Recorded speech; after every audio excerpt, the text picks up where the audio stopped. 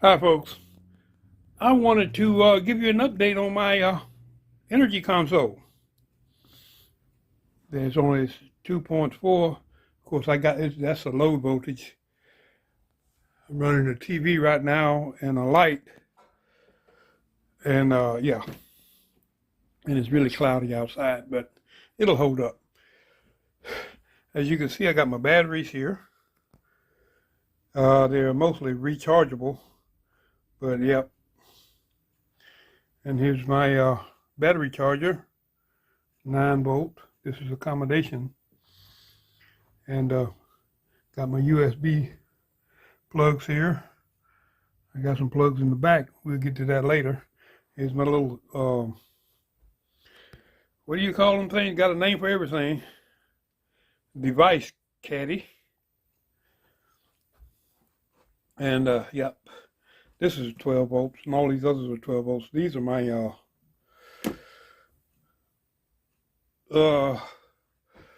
hotspots I've gotten and tested out. See if they're worth anything. They're not. I'll tell you about that in later, another video.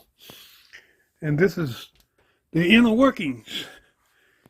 You got a heavy meter.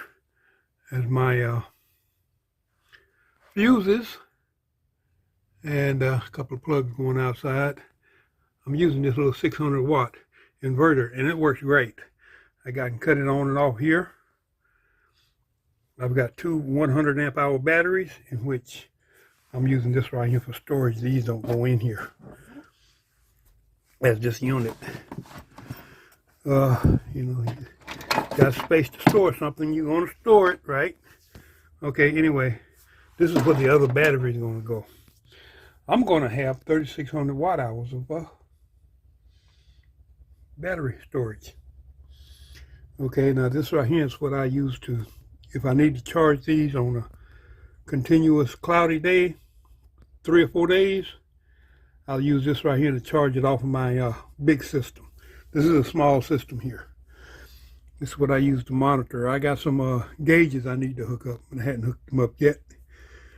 And that's an Anderson plug coming in from the back. That's my solar panels coming in as the solar charger. And there's the switch for the panels. If I'm going to do something with the batteries, unhook them or something, I want to cut the panels off. And yeah, of course, you got to have your meter sitting on ready. There is a 110, 120 plug. There's my plug coming in from an AC external source, like my my main solar system. And there's another plug.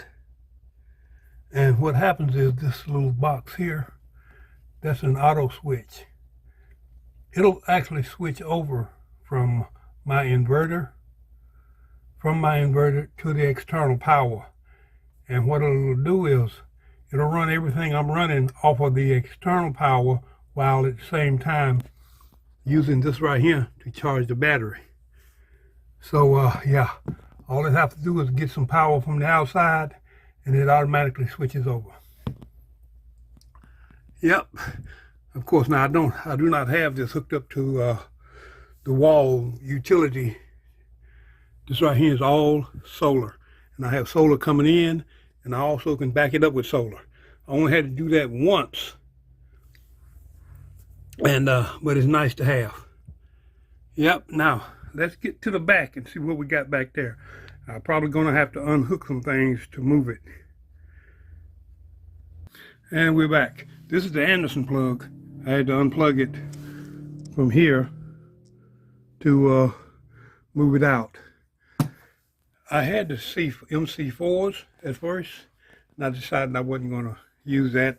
I wanted the, because those MC4s, if you unplug them and plug them so many times, they lose the grip, I found. So what I did was I just went ahead and put that MC4. I can slide it in, slide it out. Now, this is the AC in. This is what you can hook a generator up to it. You can hook up your main system. That's what I have here. It's just a little AC plug.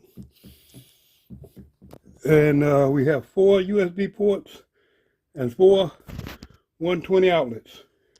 Of course, we can't power them all at the same time at 120 whatever, you know, because, yeah, we just got that versatility. Of course, I could upgrade it. I had a 1,000-watt inverter in there, but I had to use it for something else. And now I never was using a whole lot on here anyway, so I just went ahead and used what I had when the other one went out. And this right here is the solar shut-off switch, and that's of course the solar input.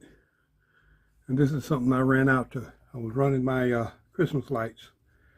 I was running my Christmas lights with that. This plugs it into there, and that timer is what's running, cutting them on. Now, of course, I have another one. I still got, this thing is still on. It's still on, and we got some things running on it. So that's going over to the TV and the stereo system, entertainment system. And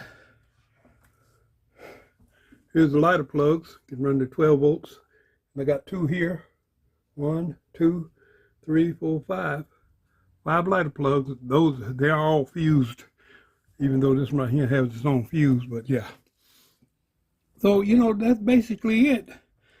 It's on wheels. I can roll it around. I used it at one time. I took it in there. I ran my refrigerator on it. I was just running a test to see if it would run overnight, and of course it did. And it worked out great. No buzzers went off or anything. And I just wheeled it back in here and plugged it back up, let it charge up. Now, my refrigerator out there. My refrigerator in the kitchen, it is running 24/7 on my other solar system, my main solar system. Now we've pushed it back over there. And oh yeah, by the way, this is the, in case you're wondering, this is the battery shut-off switch. The main battery shut-off switch. So, you know, that's it. It's on wheels. Like I said before, it's on wheels. I can roll it around, and that's my energy console. I've had no problems with it.